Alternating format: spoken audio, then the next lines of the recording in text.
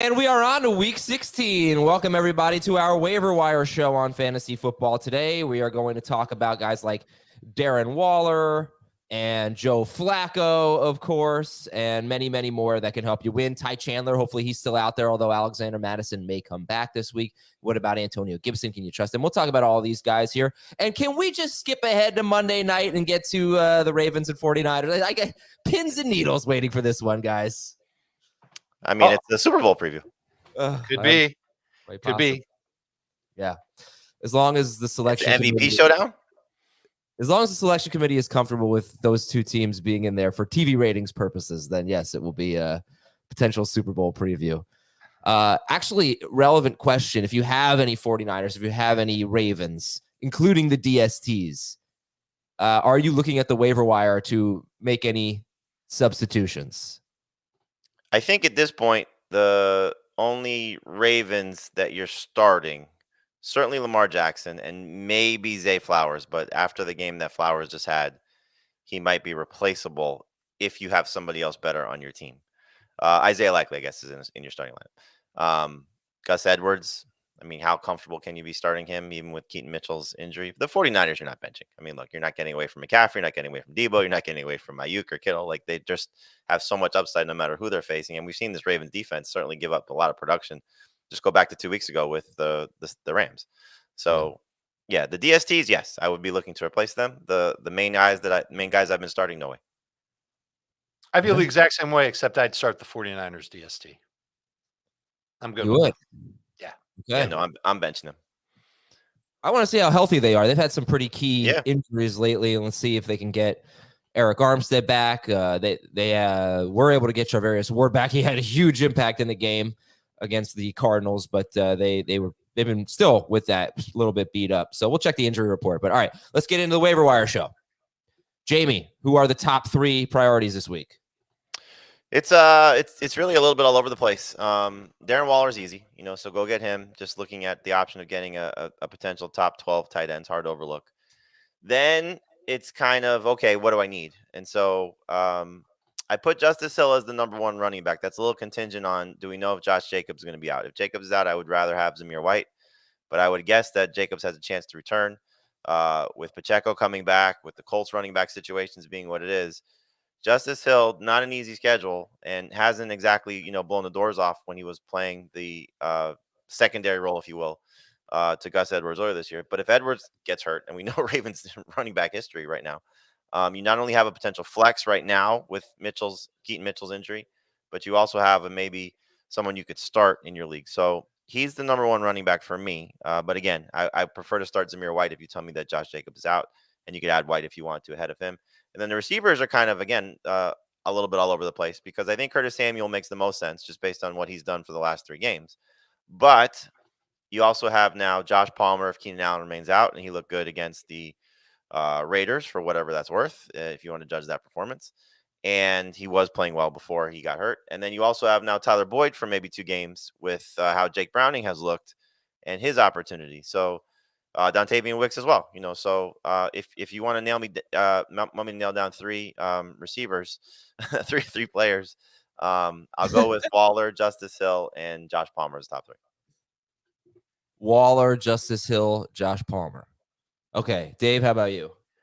I've got Zamir at the top on the hope that there is no Josh Jacobs. I've got Curtis Samuel next, but he's only available in about 40% of CBS leagues.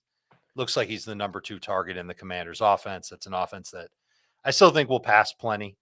Waller is 3rd, but you can make the case for any of those guys to be first based on what you need. If Waller and Likely were available, who would you go for? Likely. Yeah, Likely. Okay. Why Justice Hill?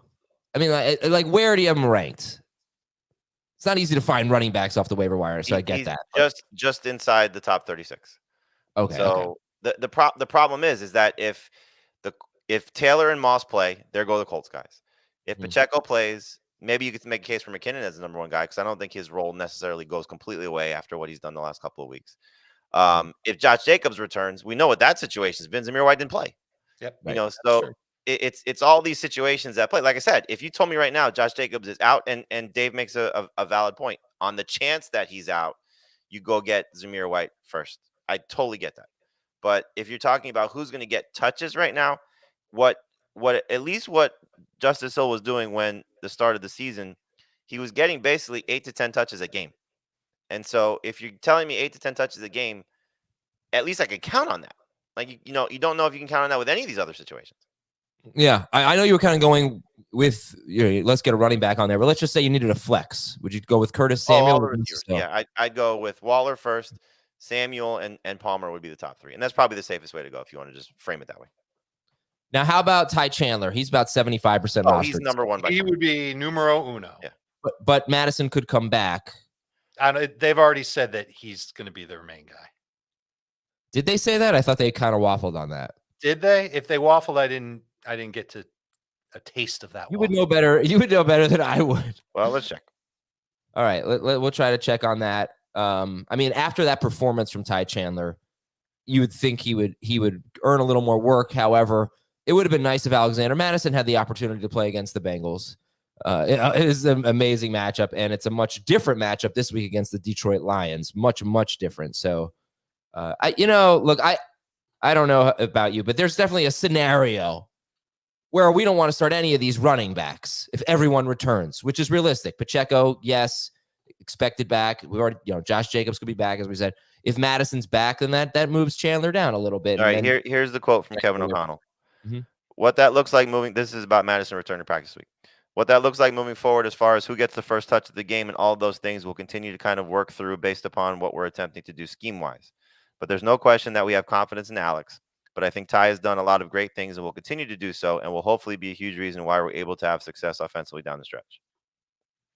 Okay. Thanks for nothing. Not that he's obligated, but thanks for nothing with that quote. He also added this. It's just all of the different aspects that I think Ty brings to the table and his comfort level, while also having a major role in the special teams phase as our personal protector. I'm not sure if I'm faking it twice this year in big situations if Ty Chandler's not the guy with the ball in his hand. So about the special teams fake punts. Right. He also added, I expect about 12.5 PPR fantasy points from Ty Chandler this week. He should be started in 63% of leagues. And then amazing. He goes on in the same story. This is all in the Minneapolis Star Tribune.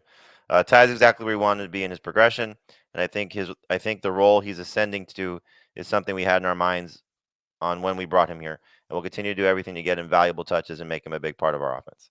So my guess is, look, first off, even if he's the lead guy, Madison is not getting benched, so he's not getting 25 total touches, whatever he had in the game against the Bengals, 27 total touches. He's probably looking at a 50-50 split at best. So is Chandler still the number 1 guy to go get? Absolutely, because just on the chance that Madison is out. But still, I wouldn't necessarily hold out hope that he's going to deliver you a fantasy championship if Madison plays based on what we saw last week. All right. So basically, it's all one big mess. All right. Look, obviously, if you're in the semifinals, you have some pretty good rosters here for the most part. Are you gonna be super active on the waiver wire this week? Are you gonna be playing more defense? I mean, look, you have Pittman go down. You have Olave not playing, or potentially not playing. We've got to still potentially have to fill Tyreek Hill spot. You don't know for sure if Jonathan Taylor and Isaiah Pacheco are coming back. There's still a lot of questions. So absolutely. We may be in some lucky spots. I'm just trying to think of I think I'm still alive in 10 leagues. Of the 10 leagues I'm still alive in. Which ones I'm working through, trying to find plug holes. Obviously, it'd be a much easier show to do if we knew which running backs were in and out, especially with the Raiders and the Vikings situations. But all right, we'll go through it. We got the morning buzz. If you missed some of the action while you were sleeping, if you didn't say, the Eagles won. There's no way Drew Lock is orchestrating a game-winning drive. Wrong. You better watch Morning Buzz to find out what happened there. And JSN, touchdown catch. Drew Lock, very emotional post-game interview, very cool stuff in that game. But anyway, and if you missed anything, you just check it out on Morning Buzz. It highlights from all the top games and leagues. Catch up on the storylines and the social buzz. Jump in and jump out. Morning Buzz runs all morning starting at 9 a.m. And you can get it all for free on the CBS Sports app. News and notes. Trevor Lawrence is in the concussion protocol. They're at Tampa Bay. Nick Mullins is going to start for Minnesota. Taylor Heineke, we learned this morning, is going to start for Atlanta. In his previous 2 starts, he scored 16.7 points against Minnesota. That's 6 point per passing touchdown leagues. And then he struggled badly against Arizona, scored 12 points there. CJ Stroud. Did he leave that game against Arizona? He did, yeah. But he's 8 of 15 for 55 yards and a touchdown. He's running, though. He'll run. He will. Taylor Heineke, 20 rushing yards against Minnesota, 34 at Arizona. CJ Stroud is still in the concussion protocol. They get Cleveland. Sam Howell is still the starter for the Commanders. It's going to be, it looks like either Trevor Siemian or Zach Wilson this week for the Jets. Wilson, if he can clear the concussion protocol against Washington. You think he'll crack your top 15, Zach Wilson against Washington? No. Not 15. 20 maybe. Mason Rudolph is going to start for the Steelers against the Bengals. Will Levis, it looks like he'll miss time with an ankle injury. He's got Seattle. I don't want to necessarily count him out, but I would expect Tannehill this week. The bad news, Keaton Mitchell torn ACL out for the season. Okay. You see, who's got the best chance of being a must-start running back next year? Keaton Mitchell, Chase Brown, or Tyjae Spears? Spears. I'll make the case for Chase Brown, but Spears is a much more likely answer. A better answer, I should say. But okay. Those are 2 teams with old running backs that they can move on from. And it looks like they both have replacements who could step in right away. Where are we here? Isaiah Pacheco expected to play. Madison, you know that. Zach Moss is going to try to play. Got Zach Moss and Jonathan Taylor trying to get back for this week's game against Atlanta on the road. Jamar Chase likely to miss some time with that shoulder injury, according to Ian Rappaport. So don't expect him this week at Pittsburgh. Michael Pittman's in the concussion protocol. You hope the extra day will get him back at Atlanta. Tyreek Hill, I would expect him to play. Josh McDaniels said he was close. Mike McDaniel said he was close. There he is. I do that all the time. Zay Jones left with a hamstring injury. It was a bad day for the Jacksonville Jaguars on Sunday night. Excuse me. Tutu Atwell cleared concussion protocol, which isn't really a huge deal, but it might. I don't know, Dave. If you are starting DeMarcus Robinson in a deep league, does this take you off of that? It would make me more nervous to start Robinson, but I think he's done a good enough job as a number 3 receiver to keep it ahead of Atwell. But they can also just rotate them in and out, and whichever guy gets open gets a target. You're not going to want to trust either one. Okay, other wide receiver injuries. Jaden Reed, toe. Chris Olave was listed as a did not practice on Monday. They play the Rams on Thursday. And Marquise Brown left with a heel injury. And Hunter Henry is a tight end to watch. He had a huge game. He faces the Denver Broncos, give up the most fantasy points to tight ends, but Hunter Henry is injured. I haven't seen anything on him. Do we know anything about Henry? Not yet, but Belichick will tell us all by the end of the week. Yeah, all right, I'm excited about that. Defensive injuries to watch would be Jimmy Ward in the concussion protocol. If you look at the fantasy points allowed to quarterbacks without Jimmy Ward compared to with, a big difference for the Houston Texans, and that is a Joe Flacco game, and it would be good news for him if he didn't have to face Jimmy Ward. And all right, I'll leave it at that. We're going to take a break. When we come back, we'll give you the top 3 players at each position for Fantasy Week 16 on the waiver wire. Not top 3 overall. It's not going to be like Josh Allen in here, but top 3 players at each position when we come back on Fantasy Football Today. The chance to win this trophy is an offer you can't refuse. It's the coveted Coppa Italia on CBS Sports Network and streaming live on Paramount Plus. And we're back talking waiver wire. Jamie, let's talk about the quarterbacks this week. Who are the top 3 quarterbacks to get? Yeah, Joe Flacco's number 1. I think just looking at what he's done, it's been pretty remarkable. 3 straight games of 20-plus fantasy points and 3 starts for the Browns, and a favorable matchup against the Texans this week. So like the setup for him. Hopefully it'll be a shootout with CJ Stroud if he's able to return. So that could be fun. After that, I'll go to Nick Mullins. Despite one of the ugliest interceptions you'll ever see in your life, still had over 21 fantasy points and another favorable matchup this week against Detroit. We know that they're bad. 6 most fantasy points allowed to opposing quarterbacks. Plus Jefferson back. I think, you'll continue to see them throw the ball no matter what they do at running back. And then number 3 for at least right now is Derek Carr. Hopefully Chris Olave plays. He's coming off his best fantasy game of the season without Olave, and a favorable matchup against the Rams. They're number 7 in most fantasy points allowed to opposing quarterbacks. So we'll see if Carr can keep it going and maybe a shootout with Matthew Stafford. If Geno Smith were available at Tennessee, would you pick him up over Flacco, Mullins, and Carr? I would go Flacco, Geno, Mullins. And Baker Mayfield? Mayfield would be number 1. Okay. Mayfield might be my number 1 this week. No. Oh, I'm so scared. No, my number 1 in my heart for a certain reason. I understand what you're saying, but I'm very scared for you. But no, it's a great setup for Baker Mayfield against the Jacksonville Jaguars.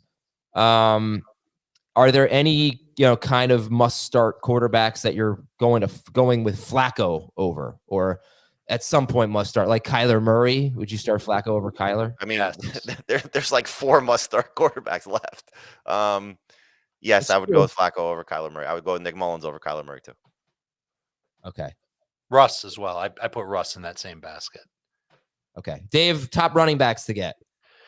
If you can find Zamir White and he's out there in 78% of leagues, I would get him just on the chance of getting a running back that's going to be a lead for an NFL team. The matchup isn't horrible against Kansas City, and 15 touches could be there for Zamir White. I was actually impressed with the catches that he had last week, so maybe he can replicate some of that.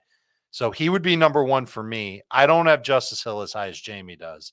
Yeah, no, I moved him down. As we're talking about, it just doesn't make sense. And I think it would be good for us to talk out these running backs. These are all part-time running backs that people might want to just stash for the next 2 weeks. Or if you've got an injury, you're desperate, maybe you can't get your hands on Zamir White. Here are the names. It's Jerick McKinnon. This is the order I have them in. Jerick McKinnon, Chase Brown, Roshan Johnson, Deontay Foreman, Justice Hill. And then after that, it gets a little grosser with Samaje Perine. I'll spare you the rest of the names until we get to the deeper. But the top 3 running backs, that's what you asked me. I've got Zamir White 1, I've got McKinnon 2, and I have Chase Brown number 3. All available in at least 50% of CBS leagues. What do we do about the Bears situation here? We know the Cardinals are about as good of a matchup as you can get. And we know the Bears are about as frustrating of a backfield as you can get. We just have to avoid them? I think they're all, well, the top 2 guys would be Foreman and Johnson. And I think you view them as flex plays. The thing that's, I think, troubling is that how bad Foreman was against the Browns. But that was more of a game where they were going to struggle to run the ball. This is not a game where they're going to struggle to run the ball. And so I think that lends itself more to Foreman being the better of the 2. But you have to build in some caution of, okay, what if he does struggle? Then Roshan comes in. So I think if you're desperate, then Roshan's a good, okay, I'll take my chances here. But they kind of tipped their hand a little bit with what they did 2 games ago when Foreman came back and how they used him, especially in a game where I think that they could have success on the ground. So I would lean Foreman over Roshan, but they're relatively close. All right. Chase Brown, by the way, 2 straight games with 7 to 8 carries and 3 catches.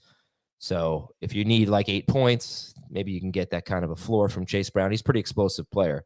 All right, Jamie, who are your top 3 wide receivers? So again, it kind of comes down to, I think what you need. Curtis Samuel would be my number 1 option, just based on, again, what he's shown you for 3 straight games. Josh Palmer may have more upside than Samuel, but we know that quarterback situation's ugly and they're facing a really good Bills defense. But still, despite the thrashing that they went through on Thursday night last week, he still came through with a positive stat line, and Easton Stick was looking for him. Mostly has to do, though, with Keenan Allen being out. That's a big part of this. And then I'll put Dontavian Wicks 3rd, especially with now Jaden Reed and Christian Watson banged up. I know it's a bad matchup against Carolina, but still an opportunity here to continue to build on what's been, a nice little stretch for him. Not necessarily huge stat lines until last week, but you saw, again, with both guys getting hurt, I think he's better than Romeo Doubs at this point. And so Jordan Love, while he's struggled, and certainly the Packers have struggled, it's not a bad idea to pick him up and see what happens. So Curtis Samuel, Josh Palmer, Dontavian Wicks, they all have issues here. You said Wicks has a tough matchup. Of course he does with Carolina. 4th fewest fantasy points allowed. Curtis Samuel is facing the Jets. They give up the fewest fantasy points to wide receivers. And pretty much every wide receiver that's done well against the Jets is a stud. The only exception is Khalil Shakir, who had that really long touchdown catch and run. Does the matchup bother you for Curtis Samuel? Yeah, but again, I think you're looking at this point, who's out there, so who's getting touches, who's getting opportunities, who's been successucil. You could put Tyler Boyd ahead of them if you want to, just based on Pittsburgh's defense. That's okay. No, I'm good. You know what I'm saying? Like, had enough of Tyler Boyd. No, it's you're like right. what You're right. what are we looking at here of the guys who are available? You're right.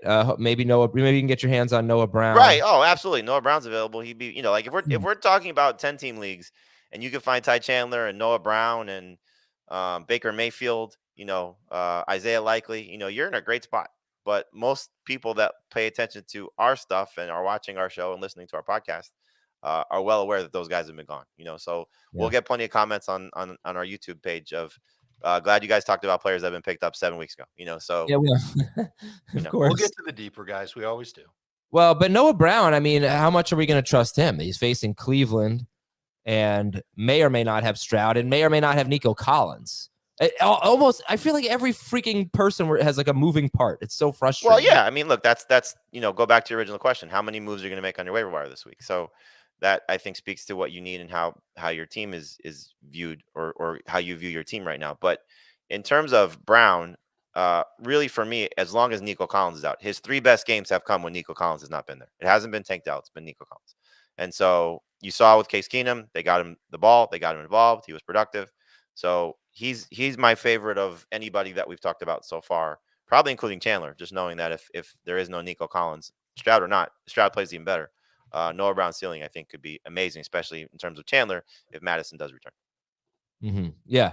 I mean, I think it's very realistic that you could have CJ Stroud in because, missing 1 game with concussion is fairly typical, and Nico Collins out and if that's the case, then even against Cleveland, I assume you'd be fairly excited about Noah Brown. Yeah. All right. Dave, tight ends. Waller's at the top of the list. That's easy. 41% available. If he's healthy, Hunter Henry would be second at 61%. But I don't know if he is. I don't know if you want to risk your precious waiver claim or fab budget to get him.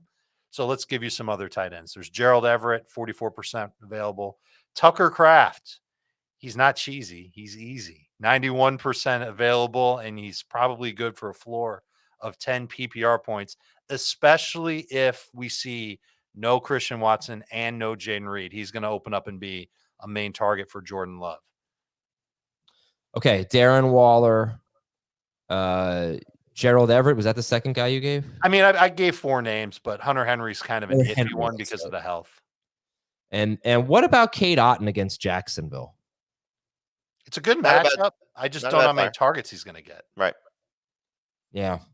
It kind of So feels Waller- like the last couple of weeks as they've made a concerted effort to get Chris Godwin the ball, 23 targets in those 2 games. Yeah. And there was a lot of stories coming out of Tampa Bay, just what's the problem with Godwin? Why aren't they featuring him? Blah, blah, blah. And that kind of, changed. And I think that's hurt Otton a little bit. The power of spouses.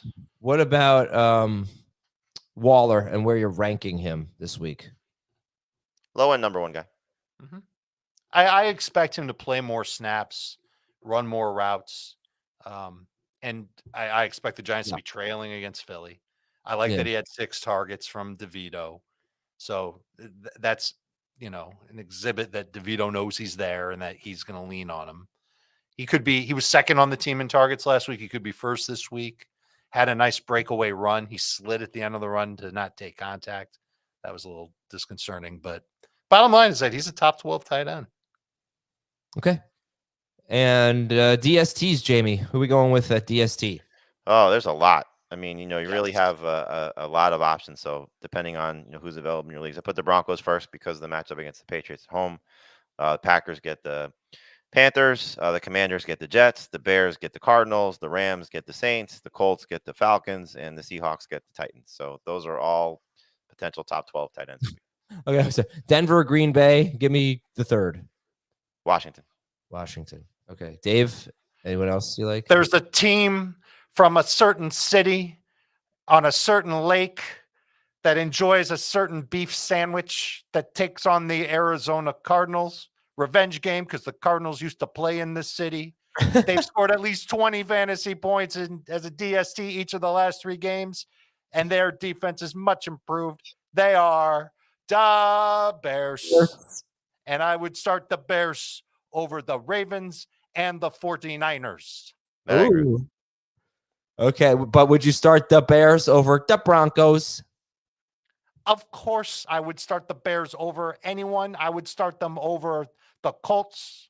I would start them over the Jets. I would not start them over the Ditkas, however.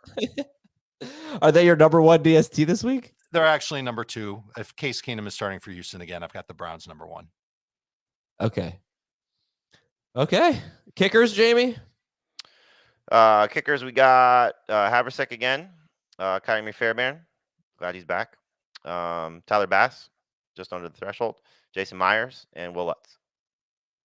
I'm very excited for Dave to watch the Bear when the season's over. Okay? I'm excited for that, Dave. So don't let me down. You're going to sit me down somewhere and force me to watch the Bear? You're going to love it, dude. I'm sure I will. A restaurant in Chicago. I mean, come on. I know. I've never been in one of those. Yeah, I know, right? At IDP, do we have IDP? I've got some D linemen and linebackers. I'll get back to everybody on defensive backs, but defensive lineman, DJ Wanham, we've been talking about him for a couple of weeks. Yeah, I want him. Points last week. Yeah, he's available in like 80% of leagues, 70% of leagues. So go get him. Danico Autry for the Titans, especially without Jeffrey Simmons there last week. He had double-digit points. And Jonathan Greenard with Houston, he's less available, but he's someone that you should take a look at. He's giving you at least double digits each of the last 2 weeks. And remember, it's tough to find a defensive lineman that can give you double-digit fantasy points. Those guys are awesome. Ernest Jones is out there in about half the leagues. He's a linebacker for the Rams. He's a reason why the Rams' run defense has gotten to be so good. And Azeez Al-Shaair is racking up tackles in the Tennessee defense. He also, I think he might have had just 10 points last week. That's no big whoop, but he's someone that fantasy managers can look for a lot of tackles from. I talked about this on yesterday's show, but just on a random aside here. Is Calvin Ridley the most unlucky player in fantasy this year? It's just, oh man, some fantasy matchups were decided on that seemingly bad call where Lawrence and Ridley look like they connected for a touchdown. I feel bad. These things on Sunday night and Monday night, can decide a fantasy matchup, and it's tough luck. But I did see a stat during the game. I don't know if you all saw this, that Calvin Ridley has drawn the most penalties of any wide receiver. And I remember Chris talking about this last year with Mike Evans, who was having such a down year, but he had drawn so many pass interference penalties that really hurt his stats. And it's a pretty interesting stat, I think, something to consider. Like, would Calvin Ridley be having a much better year if not for all these, first of all, the almost touchdowns for sure, but all the penalties have been drawing too. Something to think about going into next year. Okay, I don't know why that was on my mind, but it was. I don't know if he's on the Jaguars next year, though. I would hope so. I hope Doug Peterson's not. I know that's weird. I get it. I think they may be a new offensive coordinator. All right, shallow leagues. Jamie, who we got? Well, Baker would be the prize at quarterback. Running back, as we talked about, Ty Chandler. I still go back to Antonio Gibson as a potential flex. He did have 5 catches in that game, so just a little bit unfortunate that they gave Chris Rodriguez more carries than him. But if Brian Robinson Jr. plays or not, his role is kind of locked in. So in PPR, I can still get you, I think, 9 to 11 PPR points there based on his role in the passing game. I wonder what the Titans will do with their running backs this week, but it's a favorable matchup against the Seahawks. And if they're trailing, then Tyjae Spears certainly has an opportunity to play more, but should be rostered anyway, just in case they make a switch over the last couple of weeks. And then Deontay Foreman, just because of the range that he's in, I still think he'll be the lead running back for the Bears. Wide receivers would be. Oh, I'm sorry. Hold on. Let me. I know you would pick up Chandler over, let's say, Zamir White, but would you pick up Gibson or Zamir White?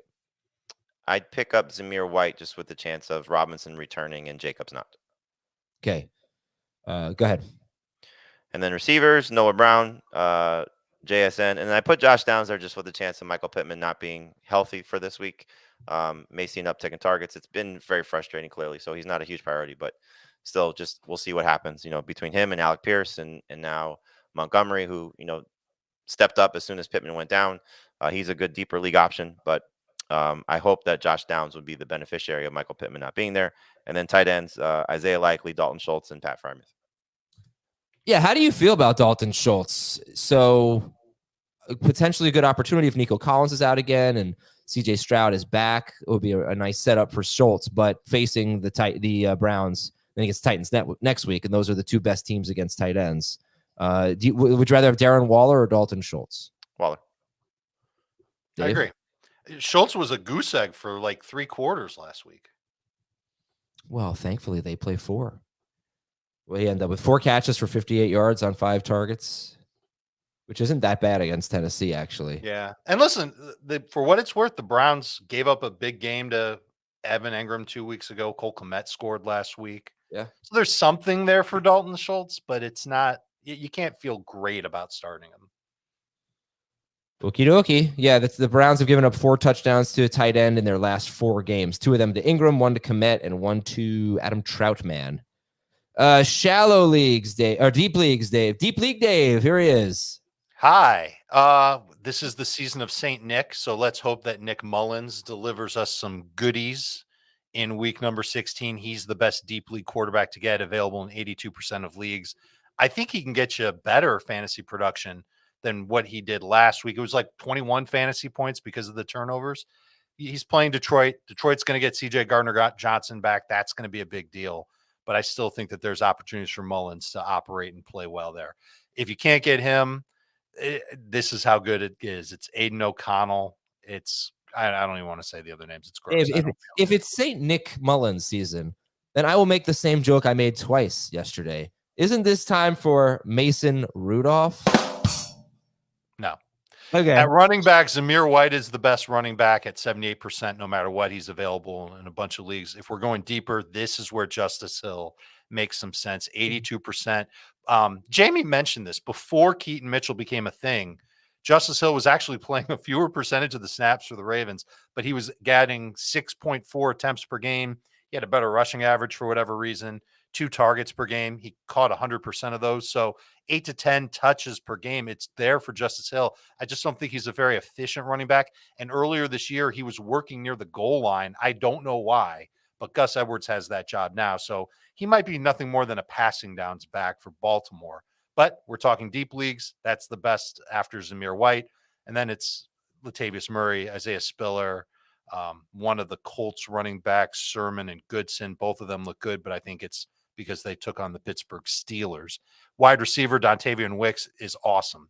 Second half last week, there were drives where he looked like, what did I say, CeeDee Lamb? That's what he looked like. He was just getting every target. He was making huge plays. And I need to take a deeper look at him, but he's someone who could end up being a difference maker who can get you somewhere between 10 and 15 PPR points. Demarcus Robinson's up there for me. Jamie mentioned DJ Montgomery. If there is no Michael Pittman, I would imagine he would be the one that steps up and plays as outside wide receiver, another big body type in Indianapolis. If there's no Marquise Brown, then you can go back to Greg Dortch and get 8 PPR points out of him.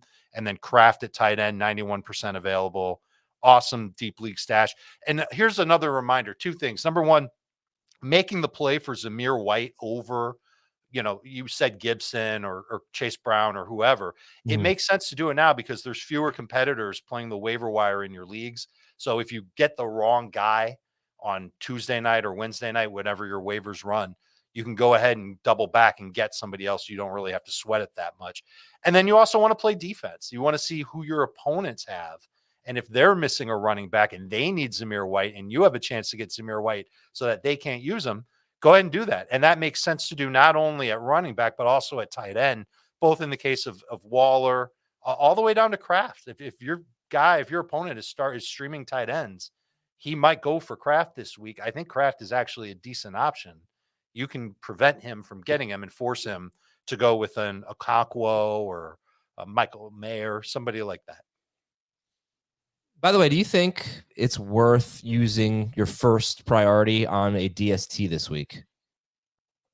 If that's the only thing you need, then yes. Do you use it if the priority doesn't reset though? Like this is just a minor thing, but if your priority resets each week, then yeah, sure. If you need it, do it. But if it doesn't reset, you might not want to. There are a lot of good DSTs. That's why I was asking. Right. That's the point. But the Broncos, but if there's one that you want and need and feel like it's going to win you your matchup, then you absolutely go get them. Well, the Broncos have the Patriots, then they have the Chargers. So yeah, they should be number 1 by far. That's a good, that's a good 2-week option there for the Broncos. It's a little tough after they just got their butts completely handed to them last week, which is kind of a shame. Detroit. in Detroit. I understand, but This is New England in their building. I mean, they're let's also not getting Kareem Jackson back this week, which is good. But all right. Okay, cool. Let's take a break. Seattle 20 and Philadelphia 17. We'll talk about that game when we come back. Is it time to get back to Ken Walker?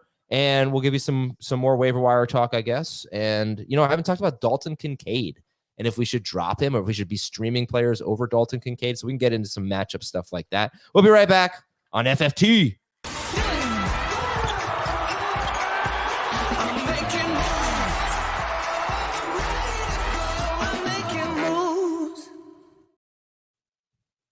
You guys ready for signing day? My son is for sure. Yeah. We're excited about Jordan Lyle flipping from Ohio State to Miami. That's great. South Florida Yes. kid, good running back. You got to watch CBS Sports HQ all day on signing day. It's going to be really fun, and My son will be locked in. I will too. It's always an exciting day where you get so much hope, and then in August and September, you lose all that hope pretty quickly. If you're one me. of the most overhyped, overrated things ever. Well, you know what? It is, but it isn't. I mean, the number one player in the country changed so much of it. But the number one player in the country is currently committed to Ohio State. And he could end up at Florida State. He could end up at Miami. I mean, it could be a program changer for at least for a team like Miami and maybe for Florida State. But Ohio State, whatever, like they're amazing. But sometimes there's a really, really, it's a really, really big deal. But yeah, the portal is crazy. Yes, for one player and one school, yes, it's a really big deal. No, it's not just that. I'm not going to completely crap on it. It is a big deal. I mean, it's like a holiday for college football. Teams, it's definitely fun, but it's overhyped and overrated. I don't know about that. Well, you mean signing day or just recruiting? Both. Is the start of NFL free agency overhyped and overrated? Yes. I don't know. I don't disagree with that. Not to the same effect, though, but yes. Are the Philadelphia Eagles overhyped and overrated? They lose a game. You know who they missed yesterday? Darius Slay, big time. Oh man, James Bradbury had a rough fourth quarter. Yeah, I don't know if that would have made a difference. I think it would have made a difference. I mean, they were Bradbury over and over again getting beat, and he got beat by JSN on the last drive, basically. All right. Anyway, Seattle 20, Philadelphia 17. Jamie, big fantasy takeaways from this game? You said it. Ken Walker looks like he's back. I mean, dominated touches for the Seahawks. Great matchup coming up this week against Titans. They've really been bad against the run, especially if Isaiah Simmons remains out. So it was great to see him against that defense because they've been just fantastic against most running backs the majority of the season. So he was great. A little disappointed in the passing game for Seattle, but it was more of a conservative approach, I think, with Drew Lock. So he understood that. For Philly, another disappointing game for Devontae Smith with Dallas Goedert back on the field. So that's not fun. And you thought that Jalen Hurts, despite the illness, would play a little bit better, but DeAndre Swift looked better. So that was clear indication of what they're trying to do early in the game. But their defense, man, it's just it's a mess. And I know they only gave up 24 points. 20 points, excuse me. I was thinking if Philadelphia scored 20 points. Still, like you said, you can they're not as formidable as they once were, which is tough. But this week they should bounce back against the Giants. 2 questions. Who's surprised that DK Metcalf has under 15 PPR points in each of his last 2 games? Considering Drew Lock played, it shouldn't be that big of a surprise, right? He got a touchdown in one of those too. He did. 31-yard touchdown. Okay. I thought he'd do better in this game. Yeah, me too. I was surprised about last week. I agree with both of you, but I'm also not surprised. People might have overrated a little bit, us included, with DK Metcalf coming off that monster game against Dallas, but it was with Geno. But it's almost like what DK does is he's capable of giving you good numbers and the occasional smash game. Well, I thought he would stink against the 49ers, and the touchdown saved him, especially when Geno was out. This week, I did think he would play well, just because Philly's defense has been bad. And I think it was, okay, now we have to throw. And you saw the big play at the end of the game was, saved his production a little bit. Yep. But yeah, I didn't really care about who the quarterback was. I was starting DK Metcalf against the Eagles, and I'm going to start him again against the Titans too. Same here. All right, second question, but it's about He had DK. 78 yards. I just want to say he had 5 catches for 78 yards. It's not like he stunk out there. Well, but if it Yeah, wasn't but for the 34-yard catch, man, he That's was, what he does. Two of those were big plays in the fourth quarter. yes, he was single digits without the 34-yard catch. Okay, the second question is also about DK. Are you surprised he's had 6 or fewer targets in each of the last 2 games? No, Yeah, again, as Adam said, I think that's Drew Lock. A little bit surprised, but the next question is, are you even going to hesitate to start him at Tennessee? No. Probably not. Right? Unless you're loaded at receiver. It's the only way. They were pretty conservative yesterday, but there was that drive. I think they ended up settling for the field goal. And it was like late. It was in the fourth quarter. And I was like, God, do you realize there's 10 minutes left in the game? You're just sitting there like running the ball. It worked out for them, but they were very conservative. Yeah. Credit to them. Credit to them. The first half field goal was weird. Before, and it almost did not work out if it wasn't for the JSN touchdown. Yeah, well, holding the Eagles to 17 points was certainly impressive. The Eagles just were not explosive in this game. You know, did they complete one downfield pass? They completed it to Oh, Julian. and the interception was ugly by Hurts at the end. Oh, the last one, yeah, he did not seem right. But okay, It just felt like once they got a lead, it was like, okay, let's just get out of here. Let's go to the waiver wire again, but wait, I don't want to be too repetitive here. Well, why don't we dig into those running backs?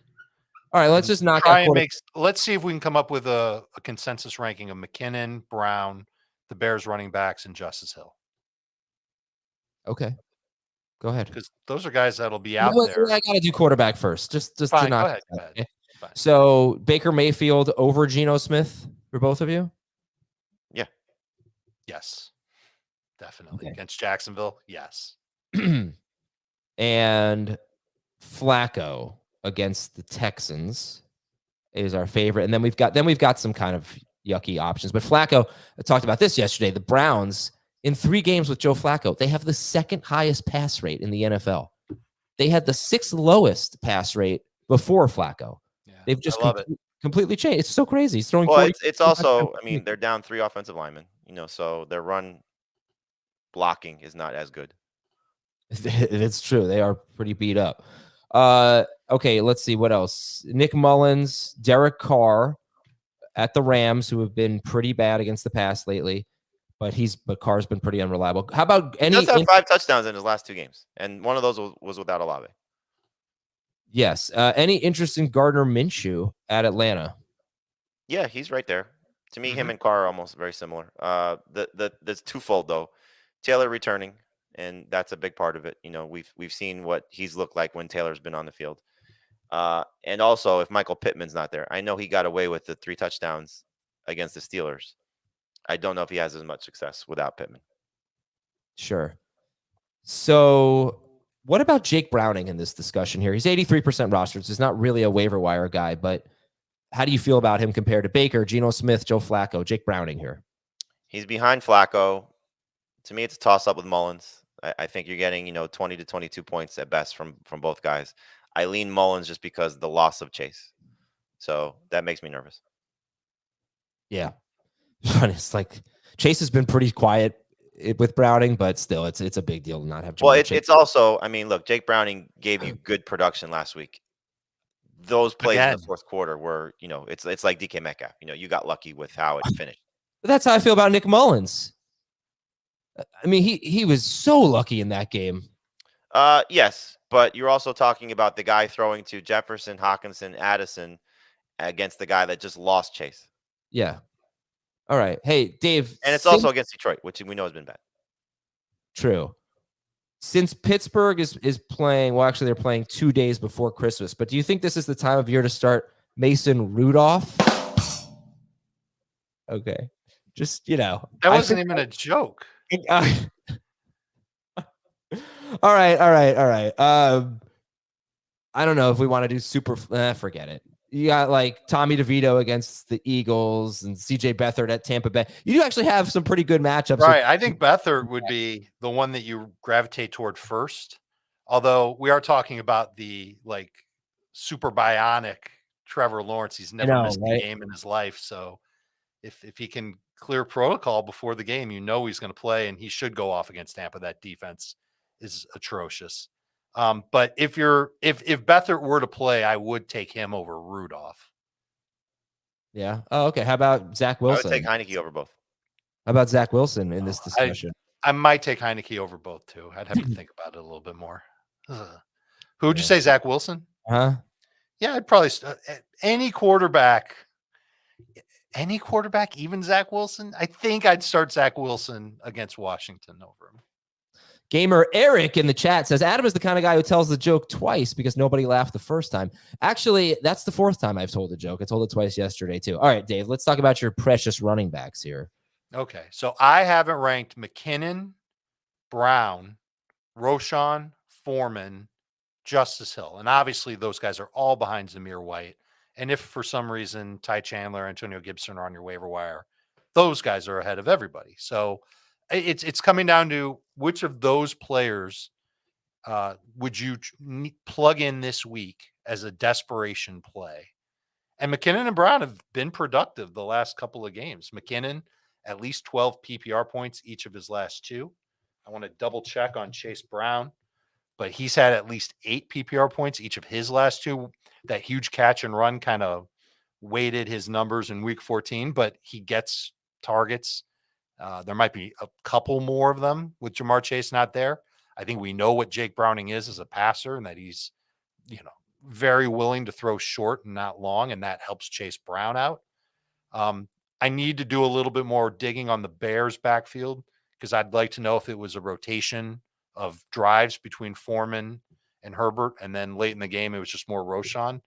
Oh, you can use this if you'd like for the Bears backfield. Well, I mean, the nice thing about Roschon is that he's continuing to play on third downs. He played 51% of the snaps last week, and he actually looked the best of the 3 running backs last week. So give me your order one more time here. Okay, so this is of the non-number 1 running backs to get. These are like the numbers 2 through 6 to add off of waivers this week. McKinnon, Chase Brown, Roschon Johnson, Deontay Foreman, Justice Hill. Jamie? And it's in pencil. Like I'm open to the conversation. I guess this is after Zamir White for this week or for the rest of the season. Yes, he said after Zamir White, after Antonio Gibson, after Ty Chandler. Oh yeah. Making it clear. Upside, Don't pick up McKinnon over Zamir White, please. If you're just looking for upside rest of the season, I wouldn't even put Zamir White there because it might not even be 1 week. So if you're just looking at what their roles are right now, knowing who's available and who's not available, McKinnon should be one. He's now got, I know Heath mentioned this on Sunday, but December and January so far the last 2 years, which is a span of, do I have the games? I don't have the games. I'll get the games, but 11 rushing and receiving touchdowns in December and January, going back to last year. So who knows if that continues? As Fluky only had 7 total touches each of the last 2 games without Pacheco, and now Pacheco coming back, but they clearly like him in those red zone gadget plays. So yeah, McKinnon would be first for me. If you're just looking about upside, I still might put Justice Hill second, just with the idea of if something happens to Gus Edwards, then he's right there. Then you can say the same thing about Chase Brown. You say the same thing about those other guys, but we know the history, unfortunately, of Ravens running backs. So Edwards getting more work, who knows? But I would, like Dave said, in pencil, you can go McKinnon, Justice Hill. You can go with. I would still take Roschon over Khalil Herbert if you're looking at the second Bears guy because Foreman's a little bit too much out of this range. Chase Brown, and look, there are a lot of handcuffs we could talk about too. If you want to go that route. But in terms of guys who are playing, those guys make the most sense.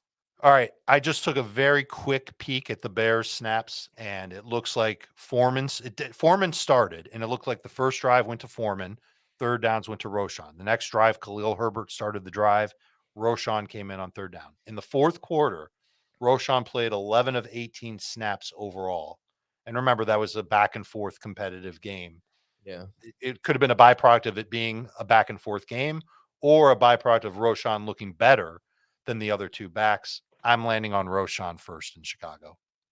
Yeah, I would go with Foreman just because I think probably a lower floor than Roschon, especially in half or full. But I do think he's the goal line guy. If they get there and they score a rushing touchdown, I think he's also going to probably lead them in carries. So I lean Foreman as well. If this was a game where they probably are going to be chasing points, then I would go with Roschon. Someone asked in the chat, how is Ty Chandler not on the list? I just in case you missed it, we're talking about guys that are after the players who have the potential for big weeks. Ty Chandler, Zamir White. I don't really know. I don't think Antonio Gibson necessarily fits in there. Obviously, they don't want to give him the ball unless it's in the passing game.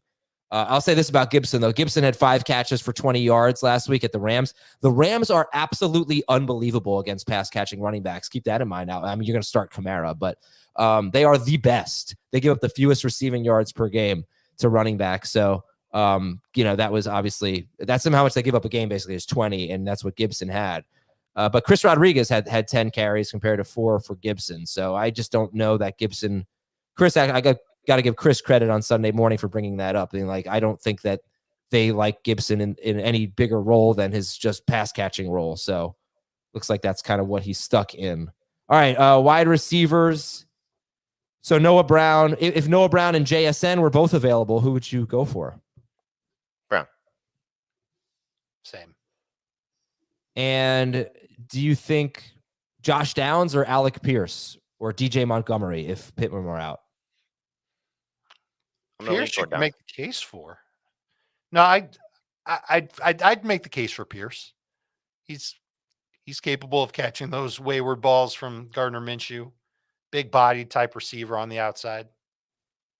Okay. We've talked about Curtis Samuel, Dontavian Wicks, Josh Palmer, but we haven't talked Jamie mentioned Tyler Boyd. Rashid Shaheed is such a good opportunity. Remember, we were kind of feeling it with Terry McLaurin last week because the Rams have really been struggling against wide receivers. So uninspiring what Shaheed did last week against the Giants, unfortunately. But I guess don't completely rule him out. Demarcus Robinson's been hot. Yeah, the Atwell thing. He's coming back. I see you have Darius Slayton on here. It is unfortunately like a new wide receiver every week for the right. But I get it. I get where you're going with this at the Eagles. And then are we giving up on Demario Douglas? Seemed like Heath was. Not completely. I think, again, situation where they're chasing points, most likely. And, first game shaking out the rust. But who's starting him with any confidence in week 16? He's got to be a deeper league situation. He's made the point that it's been Mac Jones throwing a lot to Demario Douglas. Not it was one game with Bailey Zappi starting and Demario Douglas playing. Is that it? Just one? Okay. Jonathan Mingo, yeah, blah, blah, blah. Any interest in Jamison Williams? They said they wanted to get him more involved. He had 7 targets, 4 catches, 47 yards against Denver. Is that Minnesota? I'd start a lot of these other receivers ahead of him. But if we're talking deep league and he's out there and those other receivers are gone, then maybe. Okay. Tight ends. Isaiah Likely. I know Pat Freiermuth is he's so interesting. I mean, he's had one good game all year, and it was against the team that he's about to play, the Cincinnati Bengals. Pat Freiermuth had 120 yards on 11 targets. I mean, the guy's been terrible. But do you start Pat Freiermuth this week? No. No, but if you are stuck, again, not a bad dart throw flex play. But Likely and Waller and all those, and like Gerald Everett over him? Yes. No, I would go Freiermuth over there.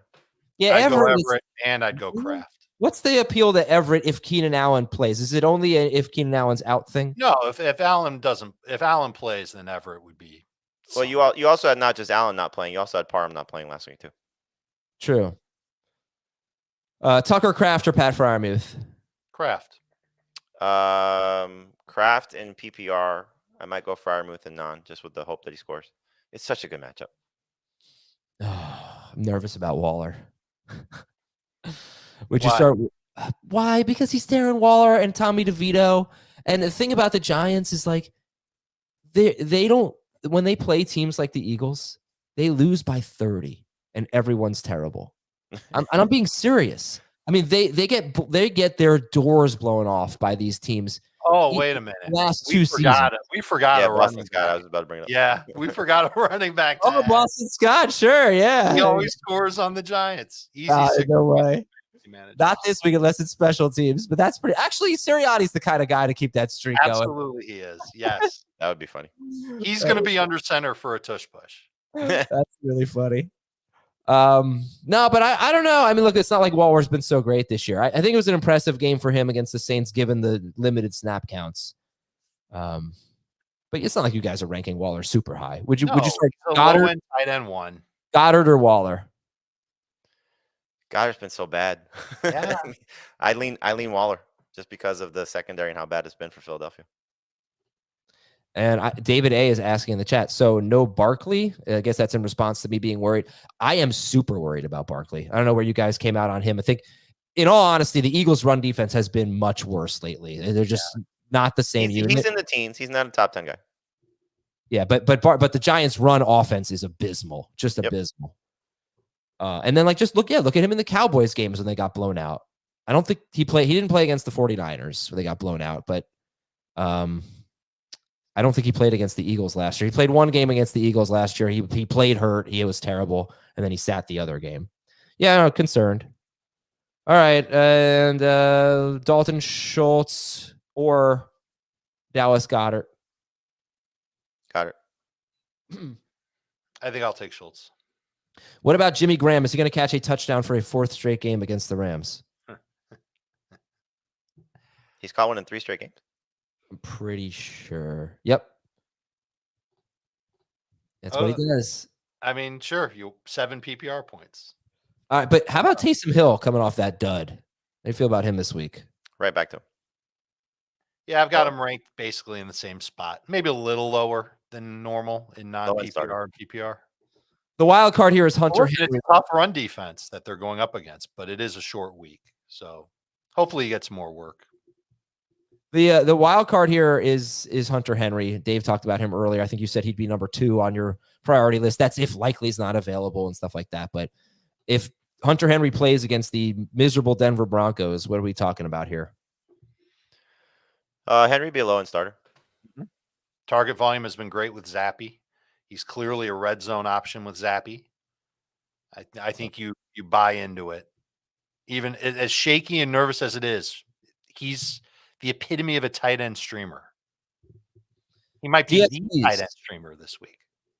Broncos against the Patriots. Packers, everyone wants their coordinator fired, but they get Carolina. Commanders are at the Jets. The Bears get Arizona. Dave loves the Bears.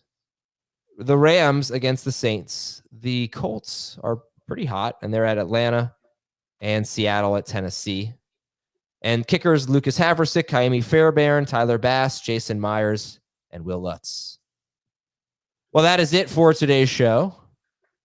And, well, what do you guys think? Give me a early prediction for Monday night for Baltimore, San Francisco. Pain, yeah. Niners win by 4. 31-13 49ers.